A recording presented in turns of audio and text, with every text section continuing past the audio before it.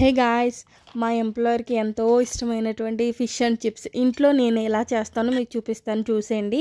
ఏం లేదనమాట, చాలా సింపుల్గా చేసేసుకోవచ్చు. ఇదేంటనంటే నేను బోన్లెస్ ఫిష్లు ఉంటాయి కదా, అవి తీసుకున్నాను.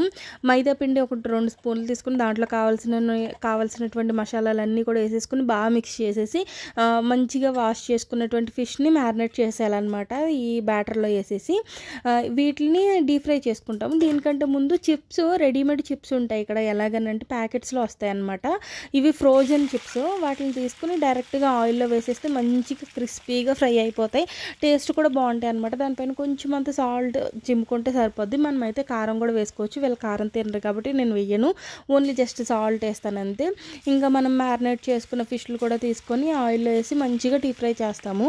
అటు ఇటు తిప్పుకుంటూ ఫ్రై చేస్తామనంటే అది కూడా బయట అంతా క్రిస్పీ లేయర్ వస్తుంది, లోపలంతా సాఫ్ట్గా ఉంటుంది అనమాట ఫిష్. టేస్ట్ అయితే బాగుంటుంది. మనకు నచ్చిన ఇండియన్ స్టైల్లో కూడా చేసుకోవచ్చు. నేను ఇది ఎంప్లాయర్కి చేస్తున్నాను కాబట్టి వీళ్ళ స్టైల్లోనే చేస్తున్నాను. మనకి కావాలనుకుంటే కనుక అల్లం వెల్లిపాయ పేస్టు, ఇంకా కారం ఇవన్నీ వేసుకొని కూడా చేసుకొని మంచిగా సర్వ్ చేసుకుంటే చాలా అంటే చాలా బాగుంటుంది. వీటికి తోడుగా నేను కెచప్ అయితే ఇస్తాను అనమాట. కెచప్ ఇస్తే మా ఎంప్లాయర్ చాలా ఇష్టంగా తింటారు. ఒకవేళ నచ్చితే మీరు కూడా ట్రై చేయండి, మీ ఎంప్లాయర్కి పెట్టండి. ఇంతే మరి వీడియో. బాయ్.